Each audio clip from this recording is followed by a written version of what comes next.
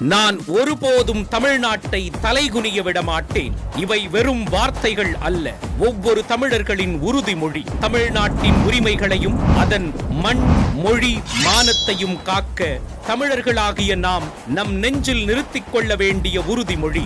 2026 தமிழ்நாடு சட்டமன்ற தேர்தல் ஆட்சி அதிகாரத்துக்கான தேர்தல் அல்ல. அது தமிழ்நாட்டின் எதிர்காலத்தையும் அதன் உரிமைகளையும் தீர்மானிக்கப் போகும் ஒரு மாபெரும் ஜனநாயக போர். ஒன்றிய அரசின் தொடர் அத்துமீறல்கள் நம் மாநிலத்தின் சுயமரியாதையை கேள்விக்குறியாக்கும் நிலையில் ஓரணியில் தமிழ்நாடு முன்னெடுப்பு ஒவ்வொரு தமிழனின் உரிமைக்கான குரலாக ஒலித்து ஒரு பெரும் மக்கள் இயக்கமாக உருவெடுத்துள்ளது. தமிழ்நாடு மீது கொடுக்கப்பட்டிருக்கும் பொருளாதார போரை எதிர்கொள்ள நெஞ்சுரம் உள்ள அரசியல் சக்தி தேவை. அதை உருவாக்கத்தான் ஓரணியில் தமிழ்நாடு என்கிற பரப்பு உரையை ஒரு இயக்கமாகவே தொடங்கி நடத்த இருக்கிறோம்.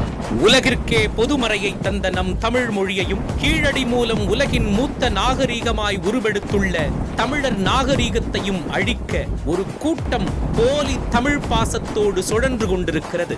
வரி பகிர்வு, கல்வி நிதியில் புறக்கணிப்பு, ஹிந்தி திணிப்பு, புதிய கல்விக் கொள்கை, மீனவர்கள் பிரச்சனை, நீட் தேர்வு என தமிழ்நாடு தொடர்ந்து வஞ்சிக்கப்பட்டு வருகிறது.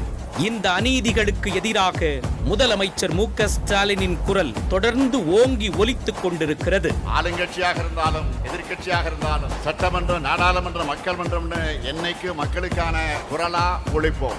வெள்ளம் என இயற்கை பேரிடர்களால் பாதிக்கப்பட்டாலும் தமிழ்நாட்டுக்கான நிதி வருவதில்லை.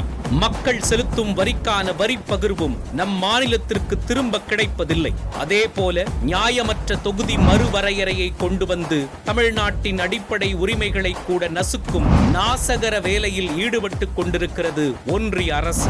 டெல்லியின் ஆளுகைக்கு தமிழ்நாடு என்றைக்கும் அடிபணியாது.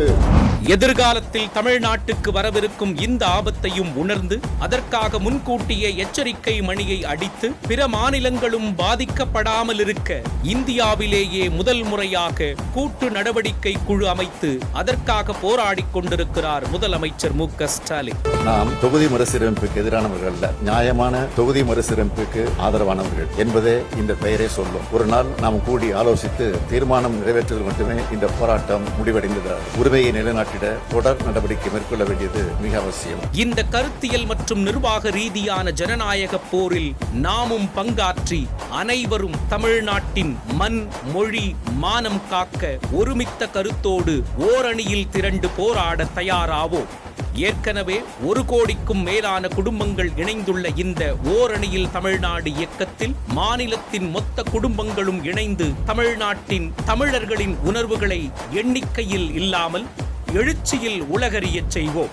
பாசிசத்தின் முகமாக இருக்கும் பாஜகவின் ஆதிக்கத்தை எதிர்த்து டெல்லியின் அதிகாரத்திற்கு அடிபணியாமல் தமிழ்நாட்டிற்காக உரிமை குரல் கொடுக்க தைரியம் கொண்ட ஒரே தலைவர் மு.க. ஸ்டாலின். தொடர்ந்து மக்களுக்காக களத்தில் நிற்கக்கூடிய அவருடைய கரங்களை வலுப்படுத்துவது ஒவ்வொரு தமிழ்நாட்டு மக்களின் கடமை. மீண்டும் சொல்கிறேன், நான் ஒருபோதும் தமிழ்நாட்டை தலைகுனிய விட மாட்டேன். இந்த உறுதிமொழியுடன் நாம் ஓரணியில் தமிழ்நாடு என இணைந்து தமிழ்நாட்டின் நலனை காப்பேன். தமிழ்நாட்டை தலைகுனிய விட மாட்டேன். எந்த சாதாரண எங்களை ஆள முடியாது. இது தமிழ்நாடு.